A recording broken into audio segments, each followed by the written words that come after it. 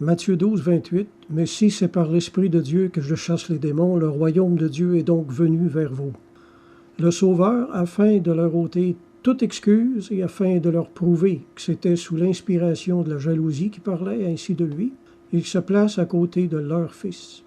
Il est facile de condamner un étranger pour un crime. C'est pas autant facile de condamner ses propres enfants pour le même crime. Jésus les conduit de nouveau à la connaissance d'eux-mêmes. Si les pharisiens avaient eu le cœur pur, ils se seraient réjouis de ce que Jésus était venu pour leur communiquer des bienfaits comme ça, comme la guérison et la libération des démons. Jésus poursuit en disant « Le royaume de Dieu est donc parvenu jusqu'à vous. » Donc, vous ne pouvez pas douter de l'origine divine des miracles que je fais, autrement dit.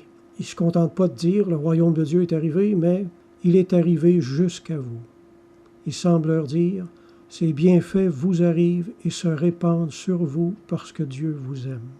Pourquoi donc vous déclarer contre ce qui doit vous apporter le salut? » On voit que Jésus aurait eu toutes les raisons de les blaster, là.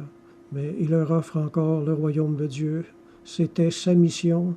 Il n'accomplissait pas sa propre volonté, mais celle de Dieu. Peut-être que sa propre volonté en tant qu'être humain, ça aurait été d'être très sévère à ce moment-là, mais la mission de Jésus, premièrement, c'était d'apporter la bonne nouvelle aux gens.